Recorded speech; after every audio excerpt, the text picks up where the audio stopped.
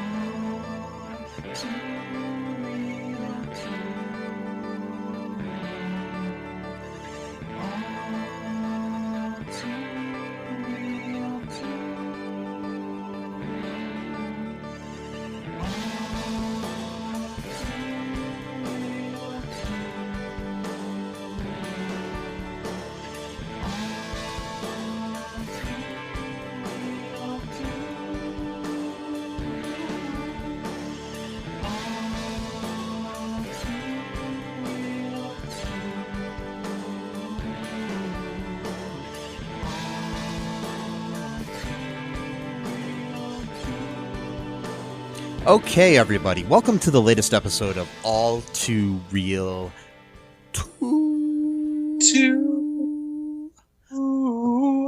My name is Michael E. Cullen II, and with me, as always, is Matthew Haas. Matthew Haas. Yep. My friend, my brother, from another mother. Mm-hmm. Another world, maybe. Yes. No. Like the soap opera, Another World. Yeah, maybe. That used to be on TV. Anyways, but it's okay because these are the days of our lives in this general hospital full of the young and the restless. Wait, what? Wow. Where all my children reside in this one life to live. Wow. Okay, so on today's episode, I have a all-to interview with Jonah Ray, a.k.a. Jonah Ray Rodriguez, who people know as a stand-up comic, podcaster, host of the revival of Mystery Science Theater 3000. Yep. And the co-host of The Meltdown with Jonah and Kumail, where he and Kumail Nanjiani hosted a show on Comedy Central. And also were very innovative in the world of stand-up comedy when it came to their Meltdown comedy show that they had at the Meltdown in Los Angeles for years, along with produced by Emily Gordon, who is Kumail's wife. But he also hosts the podcast Jonah Radio, spelled Raydio. And he has a new podcast, which we talk about in the episode, called Let Me Watch Your Movie. Let Me Watch Your Movie with You, I think, or something like that. I'm trying to remember the exact. It'll be in the show notes, folks. I'm dumb. Anyways, yeah, he also has made appearances on Jimmy Kimmel Live, the Sarah Silverman program, among other things. He's a performer at the Upright Citizens Brigade. Worked on the Andy Milanakis show. And he wrote for the Soup on E for years with Joel McHale. And so anyways, it was a really fun interview. I thoroughly enjoyed talking to him. He's a really nice guy, really cool, down to earth. I was a little starstruck talking to him, actually, but it was still kind of cool. He kind of, just like any other dude, Yep. So hopefully you all enjoy this. But right now, here's my interview with Jonah Ray. First off, how you doing with all the craziness in the world right now? As good as anybody, I guess, or better than some, worse than others. Hard to say. It's the lack of work has been kind of the most disconcerting thing, just because I had some gigs lined up, a couple conventions and a couple acting gigs. That conventions postponed, acting gigs postponed indefinitely, and that was kind of the stuff that, like, when you freelance, when you have like a kind of a freelance work situation, you kind of you count on the work to come in and kind of make your nut, essentially. Yeah. And so, like, it's like, so that stuff has been very disconcerting, but hoping for the best. Yeah. Yeah. So, just curious, like, how did you get started into like comedy and acting and all that? It's something I always wanted to do. I really wanted to perform since I was a little kid, and I started playing drums. I think out of a way of, I always loved the drums, but if I were to, self-analyze it, it was a very protective way to perform. You're surrounded by all this metal and wood, and you're making loud noises. But it's also like it's always collaborative in that way. And because I loved to perform, but I at the same time didn't like attention. It was a very kind of growing up kind of like a big white kid in Hawaii. It's like you don't want any eyes on you. You don't want to stick out more than you already did, and for fear of just kind of any kind of childhood bullying. And so but then I also like loved comedy and movies and just but never thought I never thought it was anything I could do. No one in Hawaii, we had Tia Carrera when I was growing up, and that was that was about it when it came to actors from Hawaii. Bette Midler was from Hawaii, kind of, just because she was I think a military kid.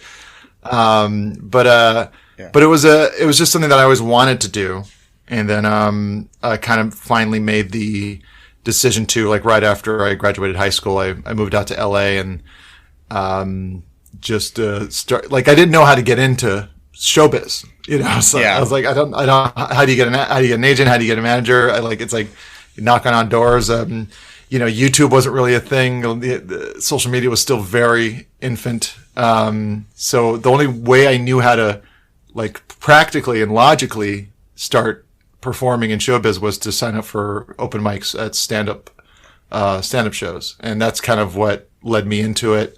I was never really intentional to, like, be a stand-up comic, but it was the only way I could practically figure out how to perform. Yeah. What was like your first stand-up performance like for you? Like, was it a good experience, a bad experience, or? it was generally, it was okay. It was good enough for me to do it again. I was kind of being a nerd about it, where I started just going to open mics to watch, and I would find out about open mics and in the local like alternative weekly, where they would have the list of like, oh, this coffee shop on Thursday nights, or that the Haha Cafe in North Hollywood on and so I remember going up and thinking I had a couple of good okay jokes, but one of them, like I was 19, 20 years old. So yeah. I had jokes about like jerking off and like, like an incest joke kind of thing, just cause I was like, a punk kid just trying to like, what makes me and my friends like, laugh and giggle and I remember like it going fine. But also kind of being inspired by how no one really did well at the open mic. Yeah. And that was kind of like, I was like, okay. And then the second time and it was real bad. It was like some guy screamed at me from the audience, another comic. And I remember just kind of like that. And for some reason that made me want to like dive in that much more. It was, and I was never that great, but like, I was fine enough and determined enough to keep going, Yeah. How did you and Kumail decide to do the Meltdown and everything? Like, because I find that fascinating, the whole concept of that. Yeah. Yeah. Well, I had been doing monthly shows at the Meltdown Comics backroom for years, a few years at this point. This really funny actress, Linda Pine, had kind of started to do stuff there because she worked there, and she had a boyfriend that was doing comedy, so like she kind of started putting on these monthly shows, and then I took those shows over.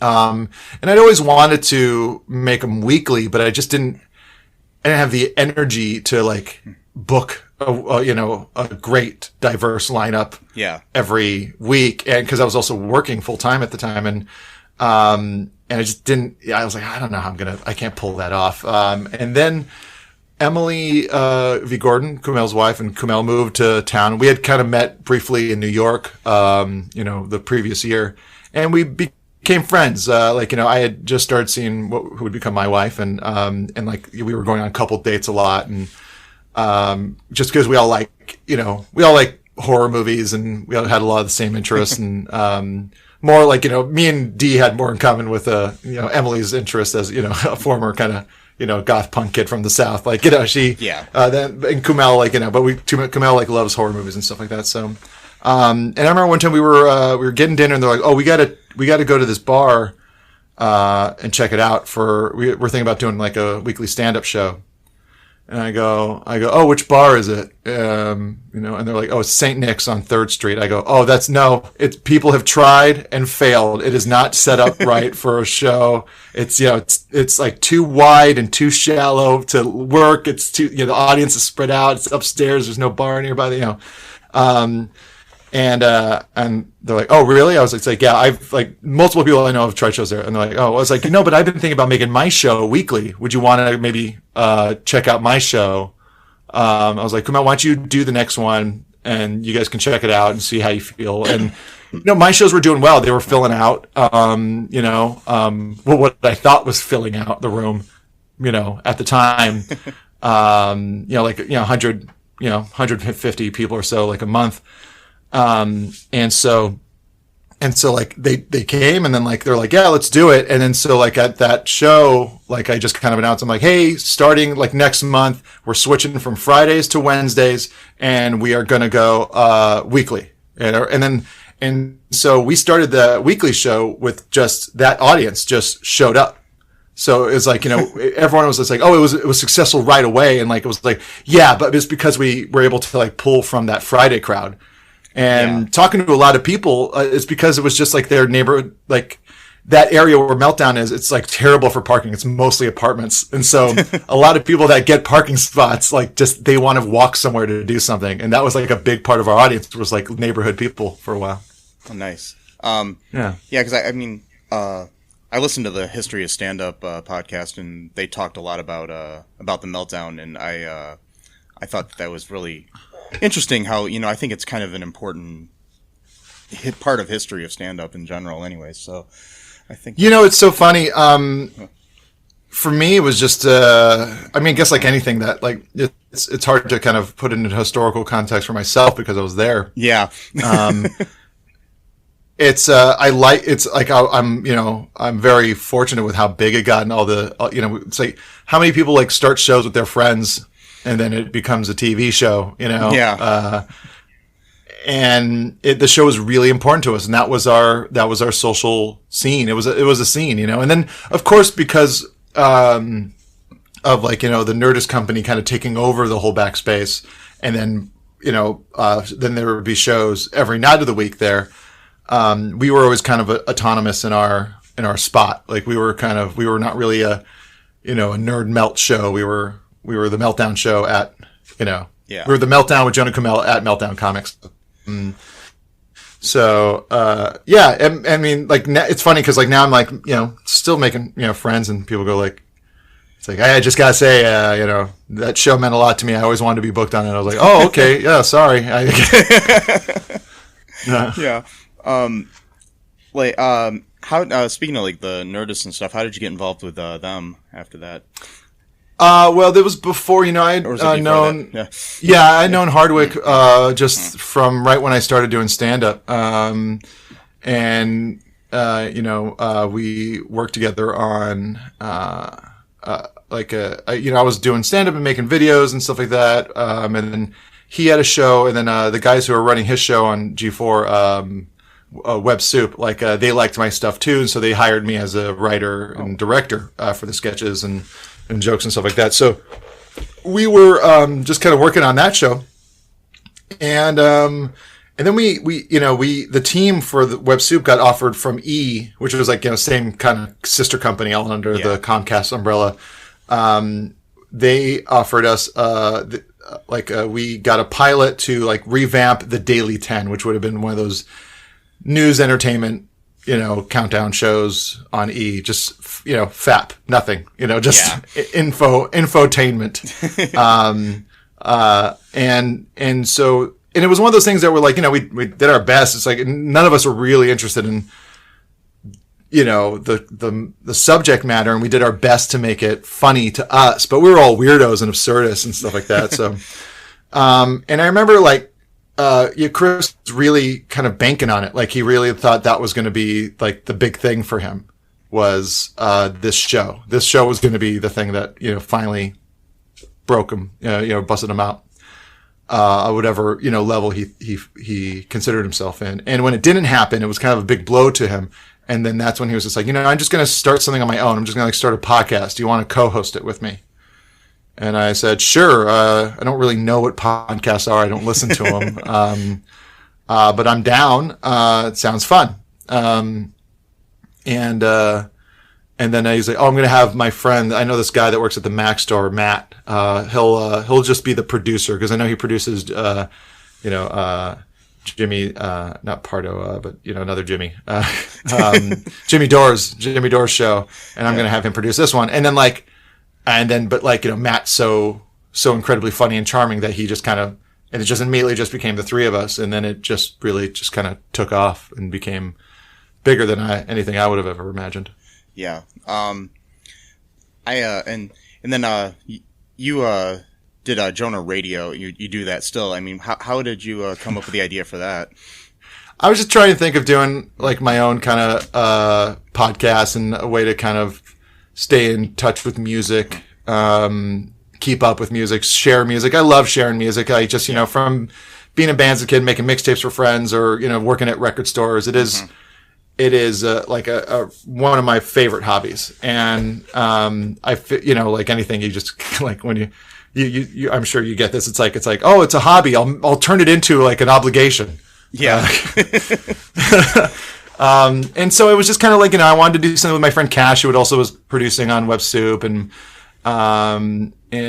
yeah, it was just like, originally it was going to be this idea where I was just going to I was going to have themes and play songs I wanted. And then, we just kind of started doing the thing where if you submit a song, and then they kind of like, just to kind of, stay safe in the realm of, legally playing stuff on a podcast. And that one was that was purely out of also like fun. Like I wanted it to be with Cash and Neil, my two friends, like two of the first friends I made when I came out to LA when I started doing comedy. And it became, I felt that age and that we were at the age where we started seeing each other a little less. And I kind of wanted something that was going to be like our poker night. Yeah. Something that, every week we get together and we get too drunk. We bust each other's balls and then play and listen to music. And it's one of those things where it's like it was so casual for so long and now it just kind of keeps going and we don't, it's just something, but it's nice to have a little project with your friends, Yeah. That's something as I'm getting older, I'm realizing that I love that. I love, just kind of, it feels like you're a kid again. It's like, let's make a movie or let's let's like play pretend or make a band or let's do a thing. It's the little project that you kind of, get to do while you're hanging out. Yeah. That's, pretty much why I started this podcast. I mean, because my best friend and I co-host it, but he doesn't like to do the interviews for some reason. So I always get stuck doing any kind of interviews we do. Stuck doing the interviews. Yeah, not stuck. No, I'm just joking. No, I actually enjoy it a lot, but he doesn't. He's got a little social anxiety stuff going on. So yeah, definitely. So I understand him. But no, but I do appreciate that. I like that idea where it's just you and your buddies kind of getting together and doing something for fun. I mean, and then kind of making something out of it. And that's kind of, that's with that, of course, not everything is going to be, that was the intent for me of the Meltdown. Not everything's going to be that big because of the intentions of, but it is funny because I remember like Kumail, like in some interview once, he was like, well, I remember when we were going to start the show, I said, if we're going to start a comedy show, it's got to be like the best comedy show in town. I was like, I don't remember you saying that. I don't remember that coming up. But like, I do know for a fact though that Kumail did have that in his head. He may have not said it out loud, but like, that is the type of guy he is of just like, him and Emily both, like no half measures. They just do it a full on, and it shows, and it their success very much shows that. Yeah. I mean, even just his recent like working out and becoming like the next like bodybuilding. Yeah, Men's Fitness. Like, was it Men's Fitness or was it Bodybuilding Magazine? I can't remember. It was some men's magazine. Yeah, it was just like. And it's funny too because like when that came out, like everyone's like, I was just getting texts and emails and messages about it, and they're like, have you seen this? I'm like, yes, we're friends. I've been seeing the progress. Like it's like I've been keeping these pictures. I have all these pictures on my phone that I've been having to keep to myself because it's like it was like he focused so much on it, and it was like the only thing he could talk about because it was the only thing he was kind of doing. And he was like nerding out about like the science behind the moves and the nutrition and all this stuff. And when you're doing something all the time, it's like, what else are you going to talk about? Yeah. How did you get involved with Mystery Science Theater 3000? So I was we had on the Nerdist we had Joel on. Yeah. And I'm lifelong fan of Mystery Science Theater. Yeah. And so we had him on, and like it was very pleasant. It was just we had been doing it long enough to where I was like I'm not going to become friends with any of the people that come on. If anything, I'm like the main dude's buddy. That just like throws in jokes here and there. Not really like even like one time I think we had like Josh Gad and Billy Crystal on because they were promoting that show, The Comedians, I think the FX show they did. Yeah. And I remember like we start recording and then some like there's a riff going on and I throw in a joke and then Billy Crystal was like, "Who's this guy?" Oh jeez. It's like, oh god. Oh no. Yeah. I'm one of the guys. I'm not sure how I don't know how the show's pitched to you, dude. But it's three of us. And so like it was nice. It was nice to meet him. And so. But then the next night, there was a screening of Wayne White's documentary at Cinefamily, which was a little kind of small art house theater. But Wayne White, who did, he had a documentary on him called Beauty is Embarrassing. And it's a great documentary for anyone that's at all interested in the mentality of an artist or anything like that. But he's a guy. He did like a lot of those Peter Gabriel videos, with the puppets. He He was like one of the set designers for Pee-wee's Playhouse. Oh, cool. Just a really incredible, interesting dude. And also like a fine artist as well. Like also knows how to do like very beautiful, oil and acrylics and stuff. But it's called Beauty is Embarrassing. And there was a screening of it. So I went and Joel was there too, doing like a Q&A with Wayne White because they knew each other back in the day. So Joel was doing the Q&A for, like moderating it, for Wayne. And then like at the little like kind of like, lobby area afterwards, I was like, oh, hey man. He's like, hey, good to see you again. Wow. Yeah. Oh, you like, we chatted a bit and like, I was like, oh yeah, I'm a big Wayne White fan, this and that. And, he introduced me to Wayne White. And then the next day I was doing some show on the West Side. I was coming back and I was like, oh, I'll swing by Meltdown, because I think it was, Harmontown was going on. Okay. And I was like, oh, I'll swing by and just see who's hanging out, cause that was the beauty of that space too. It's just like, and either way you can be like, oh, I'm going to swing by and see, cause I could just walk in. So, it's just, and I get there and Joel's there because he's old buds with, Harmon and Schraub and stuff like that. And like, I go, oh, hey man. He's like, hey, are you following me? I was like, no, I know these guys. I have a show here at this space. And then we like, he just like, he got my number and then like kind of started just talking on the phone. And he was slowly always talking about like, yeah, I'm trying to figure out a way to bring back Mystery Science Theater. I'm like, oh wow, needless to say, I'll be involved in any way. I'd love to write on it, or help produce it or whatever you need. Cause I'd been working in TV at that point. I was like, I wasn't like, it's like, give me a shot. Like, I was like, I'm more than capable of, working on the show. And would love to. And he was like, yeah, man, I don't know. It'd be cool. Yeah, you may come on as a writer or something like that. And then like, months would pass and he'd call me. We'd just chat about stuff. He's like, yes, I'm still trying to think. It's like, it'd be cool if, you were like, like maybe like cause I've seen some of the videos you've done, maybe like, like direct some of the segments or like maybe come on as a producer. I was like, yeah, anything. I'll do anything on the show. And then one day he just calls. He's like, yeah, I've been thinking about it, man. I seen like watch some of your stuff online. I think you should just, be the guy. And I was like, what do you mean? What guy? He's like, the guy, the me, the Mike. And I was like, whoa. And even from that point, it was still maybe like a year and a half before the Kickstarter even was a thing. Yeah. Cause for a little while he's like, yeah, man, I'm going to start a Mystery Science Theater in Philly and you'll come out and you and your wife will come out and then like, we'll just put on shows every night and riffing workshops during the day. So 7 nights a week you'll be there.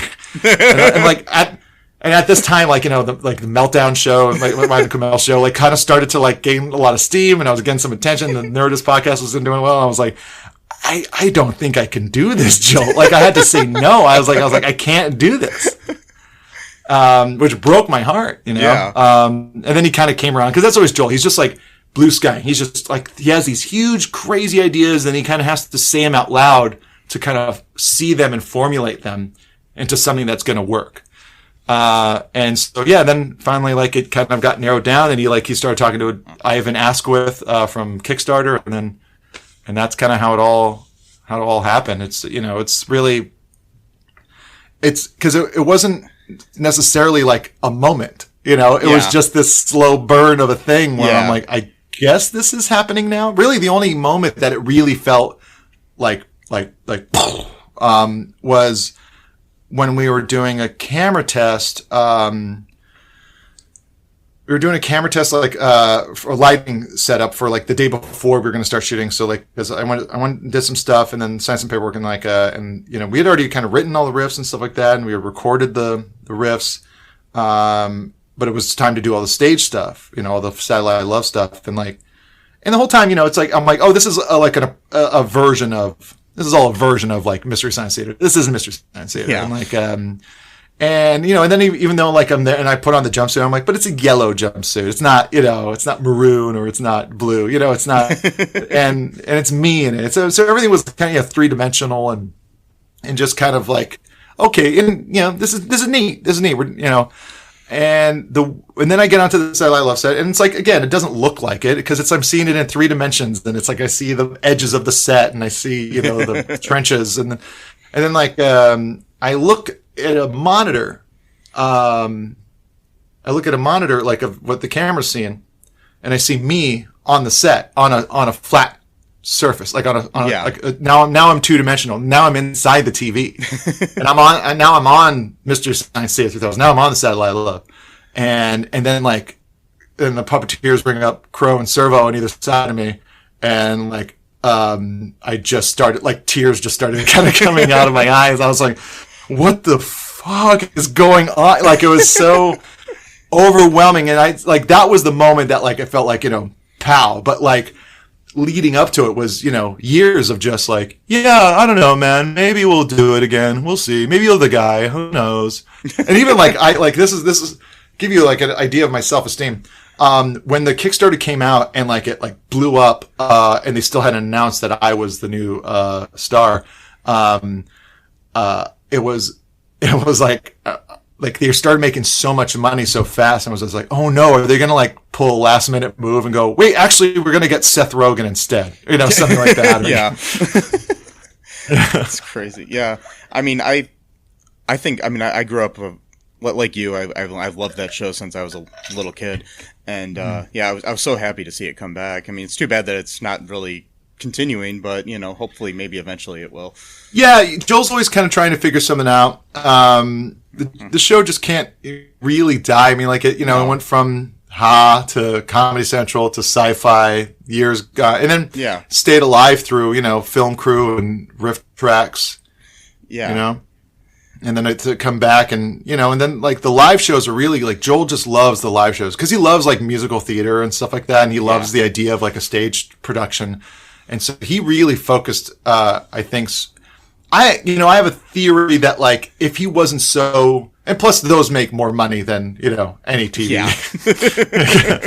Like live shows when you're packing out a theater selling merchandise will always make more money. But it was one of those things where like, I have a feeling if like he hadn't like really just focused so hard on making these live shows and these tours as good as they could be, he would have by now figured out like where the show would end up now. But I know he's always talking to people, and it's always kind of a, I'm like, hey, maybe they're interested. Oh, maybe we'll try it this way and this and that. And, just know that every time Joel does something online, he's trying out a new technical element that might like help him figure out how to do the show next. Yeah. So any kind of live stream thing or fundraising thing he does, just like that's something I noticed. I was like, oh, this is how he tests stuff. This is how he workshops it. Yeah, that's great. As far as like music goes, I'm just curious, like, who are you listening to right now that's like a band that you really like? I think my favorite band right now is Idols. They're out of Bristol in the UK.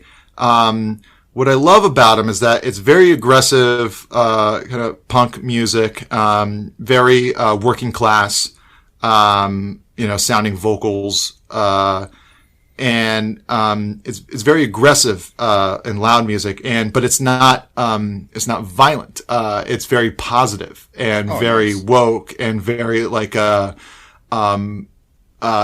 very emotional, but without losing any kind of toughness or humor that comes with a lot of my favorite punk music. And I think Idols is probably my favorite new band right now. That's very cool. I'll have to check them out for sure. I love music too. So, that's the one thing I kind of miss most about like during this pandemic is I used to love going to see just local bands play, and it's just seeing any live music. Like, I even like a bad bar cover band. Like, I'd be like, that'd be so nice. I know. See, I live in Toledo, Ohio, and we have a decent local music scene. Oh yeah, and I'm just so friggin' upset that I haven't been able to see my friends play in a while. So it's just kind of Plus, in Toledo, you're like in driving distance to a couple other markets. Like you have like multiple choice. You have like option. Like when things are happening, you have options. Because like, what's the next closest? Is Detroit closer? Detroit's probably the closest, but then Cleveland's not too far away too. Yeah, so, Cleveland. yeah. Like, and those, like, yeah. And Cleveland's always got great tunes, and Akron, you know. Yeah. So yeah, I don't know. I would love to just be able to go to a concert. It'd be, or like you said, even just to hear a bad cover band in a bar somewhere. I want to stand with some loud music and drink a cheap beer. That's all I want. Yeah. What do you have planned for the future? Anything coming up? Like once the pandemic's done? Yeah. I've started to really focus on what I want out of what I've been doing, and trying not to feel embarrassed by it or ashamed or feel like I'm reaching too far. I like all I want to do is make movies, be it acting in them, producing them, writing them, directing them. I just, and I'm not talking about like like when I say that, it's like I don't really care which scale. Yeah. I'm not talking about like I'm not gonna. I'll never be like a pop star like Kumail. I like the idea of just making movies and making a movie that's good enough to where I get to make the next one.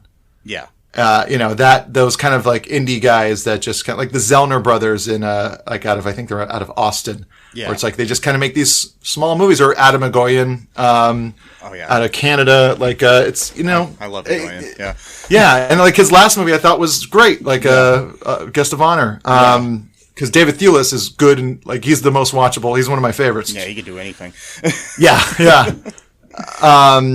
But so like I started to kind of focus my energy on that. And it's funny because I remember a while back when I started, getting jobs like writing on shows like Web Soup, and then we had that Daily 10 thing, and then I was like, producing segments, and then I started to get these jobs that were in the realm of what I wanted. They were showbiz jobs, which I love. I love show business. I love entertainment. But I realized it's like within it, I was on these different paths that were slowly taking me away from what I always really intended to do. And I always would say like, because I was like, producing a E countdown special called E's 50 Most Insane Celebrity Oops. One of those like terrible, like I was like I had to like sit in a room with a camera pointed at some, C-list celebrity. I go, what about when, Alec Baldwin made that drunken call to his daughter? What about when Tiger Woods, this is like, and then having Corey Feldman kind of like just talk about nonsense and go, okay, I think you got something in there. Just like, I was kind of going like, I'm like, what am I doing here? And I was making more money than I'd ever have in my life. Yeah. And, but I was miserable. And then even like I got a job on The Soup, and I was like, oh, well, The Soup, that's a comedy show. I like that show. And then I realized it was still just kind of disposable. Not to say that like it's not good and it doesn't bring people comfort and joy. And, but I just like, I was like, this is not what I want to do. I want to make fake things. I want to make, the stuff that I wanted to watch when I was younger. And so that kind of started with, I quit The Soup, and then just kind of started focusing on, trying to audition more and get better at acting, and then like developing my own stuff. Yeah. And I remember that was like a big part of it. Like, I was talking to my manager years ago, and he's like, you just have to get you have to generate your own heat. Like, you have to make a bunch of your own stuff. And then so I was like, okay. So I really tried like my hardest, and like I start like focusing really, on the Meltdown show. And that started kind of becoming popular. And then it was looking like we were going to turn it into a TV show. And then like, I had this idea for, a travel show parody called Hidden America. That was like a sketch show, but baked into a, travel Bourdain style show. That also was part narrative. And then at the same time, Mystery Science Theater started to happen. And so I was like, okay, the work is paying off. And then I had, 3 seasons of Meltdown, 2 seasons of Hidden America, 2 seasons of Mystery Science Theater, and a couple tours. And then I got done with it right when I got back from that tour. It's like everything was like piled on top of each other, and it all kind of ended at the same time. We ended the Meltdown show. CISO went under. The new season of Mystery Science Theater came out. We went on that tour, and then my dad died, suddenly. And it, I was too tired creatively and emotionally to continue what I was doing, that momentum. And I remember going to my agents and managers going well, I did the thing you asked for. I generated what was that, 3, 4, 5, 6, 7 seasons worth of 3 TV shows within a matter of a few years. And they go, yeah, good job. What are you going to do next? And I was like, well, if I got you're like, you just need to generate some heat. And I was like, and I kind of just, I got bitter. Yeah. I got bitter because it's I really thought that that's how it worked out here. You put in the work, you get the shows, you get I thought it was, sequential. Yeah. And it's because then someone saw me on some hip guy liked Hidden America, so he put me on his little movie, and then that thing got, and then I got the buddy character and some sick, something. I thought there was going to be this other thing that came, and nothing came, and I don't think I was really even ready for it. I think it was pretty unhealthy at the time, and wouldn't even be able to do it if I tried, just because I was still dealing with my dad being gone all of a sudden. Yeah. And so all that stuff, and I got bitter, and and that's not a good, that's not a good look out here, or good way to live. Yeah. And to kind of feel like you're entitled to something because of something else you did. And that was really ridiculous. And so, it was the realization that the work I'd been doing, because it was stand up, or what people when people call me the host of Mystery Science Theater, I kind of go, well, I'm not me. It's it's a part. It's a part I'm playing. It's a character. Even though the guy's named Jonah, and it's essentially me, but it's a version of me. Same thing with Hidden America, where it's it's Hidden America with Jonah Ray, but it's it's all scripted and it's a narrative, essentially, a sketch show. And but I had realized I'd kind of set myself up as a host, as a personality. And that's some of that stuff started getting offered to me. And cause that's something I'm good at. And I was like, no, but I don't want that. I want to do fake things. Yeah. And they're well, this Nat Geo show about backyard science, they're just they're ready to go. They'll give you the job. And I was like, but I don't want to be that guy. I don't want to be me. I want to make fake things. I want to make fake things. And so I had to kind of really reassess what I was doing, what I was putting my energy into. And this is a really long answer. I'm sorry. Oh, no, it's fine. Yeah. I enjoy it. Yeah. But, and so again, I found myself like I did years prior, when I left the soup and I left those producing jobs, where I was all of a sudden in this pocket, or this lane that wasn't heading towards what I wanted, and I was coming at things in a insincere way, I think. And so a thing that happened with lockdown was I had to kind of stop. I couldn't go to do a con and rest on my laurels of things I've accomplished in the past, And, I couldn't,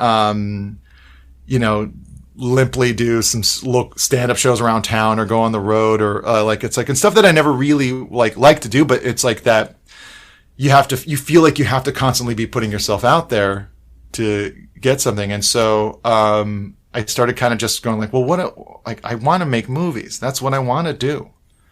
And so I just like, and I always had trouble like writing full scripts by myself. I'm like, well, why do I got to be an auteur? Like I've always flourished when I got a team together, I collaborated with people. Like the thing we were talking about before, it's like, what if I just like made it a thing? And so like within this year, I've adapted a graphic novel that I really love, like with my friend Dave Schilling. And like we're developing that as a movie, like a movie that, a script that this guy Charles Piper wrote, that this director wanted me to be in. I ended up becoming friends with Alex Winter, and like we got Alex Winter involved in it now. Nice. And then I had an idea for this kind of thriller thing. Like, and I'm like, I'm not like a thriller writer, but like, I was telling it to some guy I knew in the horror scene. And he's like, oh, this guy, I know he's like a real good writer, real quick, real fun to work with. I think you guys will get along. He just wrote like a werewolf movie with Ethan Embry that's really good. You should talk to him about your idea and like beat it out with him. And then I talked it over. He did like a treatment. We tweaked it a bit. And then in a month, like he had an amazing script. And now I'm like sending that around to try and so it's like, now I'm finally at a place where like I'm working the least I ever have, but the busiest I've ever been. But I'm feeling really good about all that stuff. Yeah. And I'm feeling really, really proud and really excited about getting to, do the new thing and not be embarrassed by it. Not like, it's like, not go like, well, I kind of want to act more. And like, it's like, people going, and some of that's like, also like, trying to be more mindful of like, if I really want to be an actor, if I really want to be on camera, I have to like, I have to lose some weight. I have to look a little healthier, cause, I have to, cause like when I'm a little, when I weigh less, and it's like, I'm not like saying like one way or the other kind of body, I'm saying personally for me, when I weigh less, I'm a better performer because like, I'm not thinking about, are my man boobs showing too much in this shirt, Yeah. Like, it's like you need to have like nothing in the way. And because I'm so full of like, like self-awareness, like, the less I weigh, the less I'm concerned about my look, like the more I can give, I feel. And so like, and also a lot of that is inspiration from just being friends with, someone like Kumail. Yeah. Who, you see put in the work and doesn't apologize for, saying the things he wants to do and as he's heading towards them. Yeah. I mean, I understand. I mean, I've acted on stage for years, and then I've also done some indie films, and Nice. Whenever and I'm a director too, but but whenever I understand that because I've got a little bit of a belly, so every time I'm on camera, I sometimes worry. I'm like, okay, do I look good? Do I need to button this extra button to hide stuff? Yeah, yeah. And you start to like, and like your one instrument as an actor, you start to kind of like tune it. You're like tuning it in the middle of a performance. You know, like it's like, do I shine my shoulder? Wait, is the camera's over there? And you catch yourself in, in a monitor, and you're like, oh no, that's terrible posture. It's like, yeah. And it's like if I was someone that didn't think about it, like it's like, especially when you see like someone like Bill Murray, like when he was young, he's always looked weird, but like when he was young, he was a weird looking dude. Yeah. But he did not care. No. He did not care. And like, it's like, I don't have that. So I have to figure out a way to like approximate it or, do an analogy of it. Yeah. Cause like as an actor, you got to kind of become that character and be in that moment. And you can't be thinking about anything from the outside, even if it's, your physical appearance or just something that's going on. Like, you had a fight with your friend or whatever right before the thing or something. You can't think of that. Exactly. It's like you can't have any of, like there could be no Michael in there. There could be elements that you pull from. Yeah. But but like any of that real stuff can't be in there. Yeah. It's great. I was just, I mean, and I mean, as far as your acting goes, I mean, I enjoyed, I mean, it's only one episode or whatever but your performance on Marin when you were on that, I mean, I thought that was thanks, great. man. Yeah. Thank you. No, that was a lot of fun. And that was like I had to audition for that like 3 times, and I was just like, Oh wow. At a certain point, I wanted to like tell the like casting director, I was like, they wrote it for me. Like it's like Jerry Stahl wrote it with me in mind, and of course Marin likes it, and like Dave Anthony was a producer. He's like give the role to him. Yeah. But it's like the network was just making me work for it, and I'm glad. I'm very happy about that performance. Yeah. And it is funny because I was a bit bigger, and it was like because it was also like I worked at record stores, so I was like this I got to be this guy, and I just remember like when I started, I was being like snarky, like a little bit more snarky, a little bit bigger, but it was Bobcat Goldthwait was directing it, and he was just like, he's like, I want you barely doing a thing, like I want it, like he's like I want you, I don't want you moving your hands, I don't want you like trying to do anything, and like and it was a great lesson because it's like I remember like when I came in, it was like lots of pointing and stuff like that. The kind of all that stuff. They're like, it's like don't move your hands, don't gesture when you're making a joke because it takes away from the joke. All that kind of like technical acty stuff, which is fun. And then like, but it was funny, kind of also like again when I did the Puka movie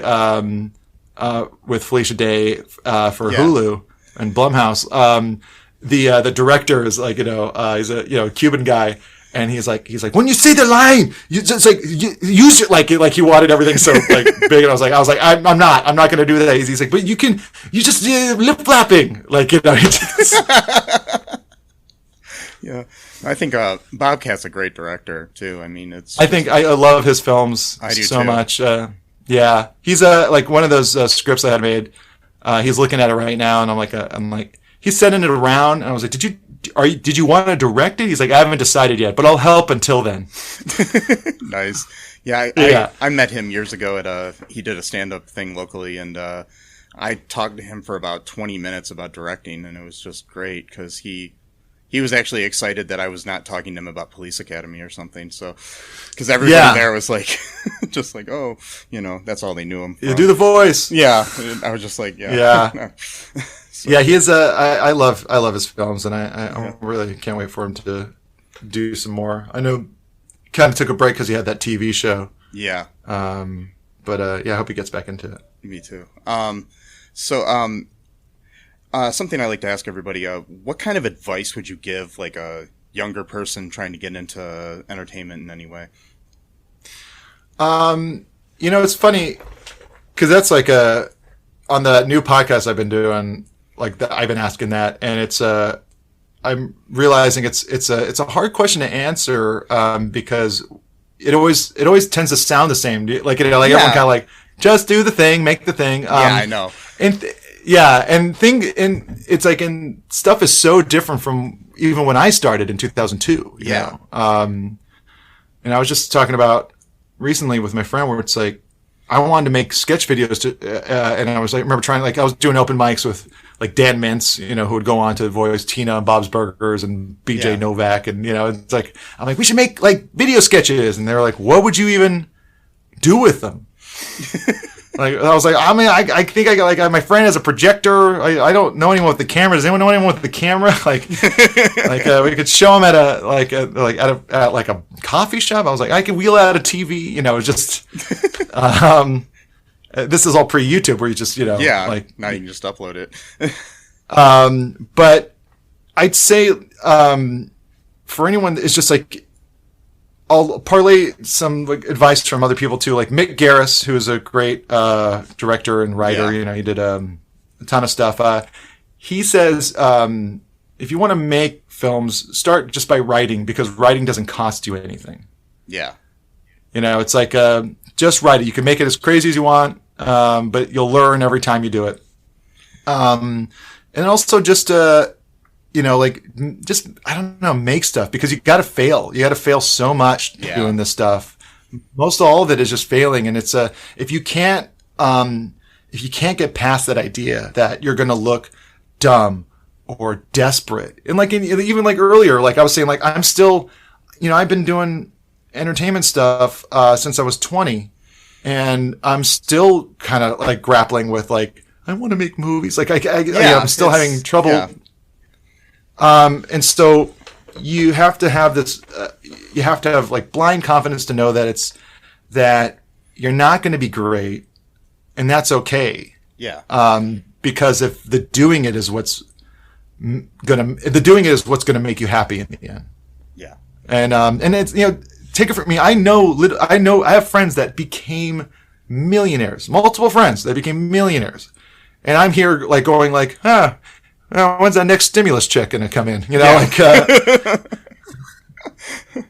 And I don't feel bad about that. I respect all the choices I made because it made me who I am.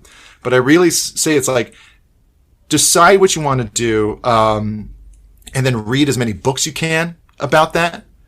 I think any kind of showbiz autobiographies are very helpful. Steve Martin's Born Standing Up is incredible because it's just like... Yeah, that's like one of my favorite books ever. One of my all-time favorite books. And I listened to, I read it a bunch of times, but I listened to it like going to bed or every time I'm on a plane, I listen to it because it's very comforting. The little banjo interludes, But that's a real great showbiz story because you really see like how he just put in the work.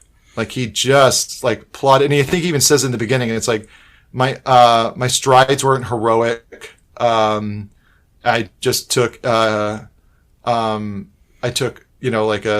step by step with a few intuitive leaps. And it's just really, really about putting in the work. Also, I really love going. Studio Binder, I think, is a great YouTube channel and website, and they have a ton of stuff. It's like, it just really depends. It's like, if you want to be a filmmaker, like, study it. You got to study it. You got to watch it all. You got to do nothing but all the guys I know that like direct movies or write movies, they're watching movies nonstop. Yeah. Nonstop. Good ones, bad ones. They're just watching them all the time. My wife, Deanna, who's an incredible actor, she like is constantly reading Uta Hagen books and like Meisner books and like watching, workshops that are all this stuff, all these Q&As of actors and directors and writers. They're all on YouTube. Yeah. Like go to school there, Yeah. It's the best time in the world to be able to study because it's all there on the internet. Yeah. Like, it's like, I think, I forget, it was something came up. I was like, oh, I wonder, like, I really like Ewan McGregor's performance in Beginners, which is one of my favorite movies. And I was like, oh, you know what? I'm going to look it up and see if he did any like Q&As around when that movie came out, because I wanted to hear him talk about that movie and that performance. And I found 3. Nice. And it was great. Yeah. It's like hearing about his approach and stuff like that. It's all there. And then just like and making stuff. And like you said, like it's like you do theater, you're a director, you're in Ohio. It's like you don't have to be anywhere to do the thing. You just got to do the thing. Yeah. It's, basically, I think that's the best advice I've gotten from anybody is just basically just do it. I mean, kind of like the Nike slogan, but but but just don't use Chinese slave labor when doing it. Yeah. I'm not sure how you do that to become an actor or anything, but bot farms. Just slave labor running your Instagram account. I don't want to take up too much more of your time. Anything else you'd like to say before I let you go here?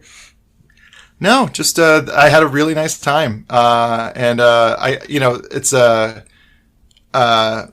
if anyone likes music, I have Jonah Radio, the music podcast, which is just fun and silly. And then if you like movies, I've been doing a movie commentary podcast called Let Me Watch Your Movie With You, where I watched a movie along with someone that was involved. And I had Mick Garris when we watched Critters 2. Oh, nice. I had Alex Winter and we watched Bill and Ted's Bogus Journey. And like a ton of different people. I just did one with Will Wheaton where we watched Toy Soldiers. Oh wow. And that one's really like a really interesting one, just because it's like he tells a lot about like just child acting and how like the good and mostly bad of Yeah. what it entails. And yeah, no, it's like Emily Gordon. We watched The Big Sick because she was a writer, and like, Yeah. you know, she talked about she was able to talk about her story there, and then but also talk about be the process of being a Academy Award winning or nominated writer, Yeah. screenplay, and that whole process. So it's been a lot of fun. Talking to my friends about their movies. But I also have it set up so like there's a little countdown, kind of like how, like riff tracks used to be, where it's like you pull out your phone, pull up the episode, and then when I count down, you press play along, and you can just watch commentary with movies. That's awesome. I'll have to definitely check that out because I wasn't aware of that one, so I have to definitely check that one out. Yeah, it's very. I just started it, and like it's also like I try to make it so you can also just listen. Yeah. So you don't have to. But yeah, it's been. Yeah. Yeah. But it's been really fun. I talked to the writer of A History of Violence, Josh Olson, and that one was a lot of fun too. But yeah, it's one of those things where that's me still. That's also me, like learning. That's me, like like talking to people about like their process and their movies and their performances and their writing, because that's the opportunity I have to learn, and that's what I'm trying to do. Yeah, and I definitely think the people that listen to this podcast are definitely enjoy that show. So I definitely hope I recommend that. I haven't even listened to it yet, but I definitely recommend it. Perfect. It sounds good. If anything, it's got a good logo. Yeah, that's good. Well, thank you for your time, and if you ever have anything you want to talk about, just let me know, and we'll have you on again. Awesome. Thank you so much, Michael. I really appreciate it. This was a lot of fun. I appreciate it. Thank you. Have a good night. All right. You too. See ya. Okay, and we are back. That was my interview there with Jonah Ray. That was a great interview. I really loved talking to him. A lot of good insight into the world of entertainment, and a lot of like, I don't know. I just really liked how down to earth he was, and how kind of scared he is about things in the world too and stuff, which is, and how the pandemic has helped open his eyes to what can happen in the world and stuff. And it was kind of cool, like where you need to basically it helped him to see where he wanted to take his career, which is kind of cool. Yeah. Yeah, and be sure. I mean, if you haven't yet, check out on Netflix the Mystery Science Theater 3000 episodes he hosts, among anything else he's done. I mean, he was on an episode of Marin, which was really cool, which I talked to him about a little bit. He's such a cool guy. But yeah, definitely check out anything of his and his podcasts as well. I'm sure that everybody that listens to this show will enjoy his new podcast. Really cool concept where he watches movies with people involved in the film, and they do an audio commentary basically throughout the film. So you can watch it along with the movie, or you can watch it without too, and probably get as much entertainment out of it as you would while you're watching it. But anything cool going on in your life, Matt? No, just staying safe, just not going out a lot, or at all, really. Just yeah, kind of boring. I don't know what to say. Yeah, that's okay. So, anyways, make sure you follow us on the social medias, or the social needs, as I like to call them. The twits and the books and the and the grams. Check out our Patreon. You can get a lot of cool stuff. If you like the concept of an audio commentary along with the film, one of our perks that we have on there is you could actually get an audio commentary on a bad movie that Matt and I can do while we watch the movie, things of that nature. It's really cool. Check out our TeePublic, get some cool t-shirts and stuff of that nature. Yeah. Anyways, until next time, all Too Real 2 fans. Bye. Bye-bye. Thanks for listening to All Too Real 2 podcast, a Cullen Park production. Produced and edited by Michael E. Cullen II. Music by Matthew Hawes. Subscribe and share the show. Visit us at cullenpark.com.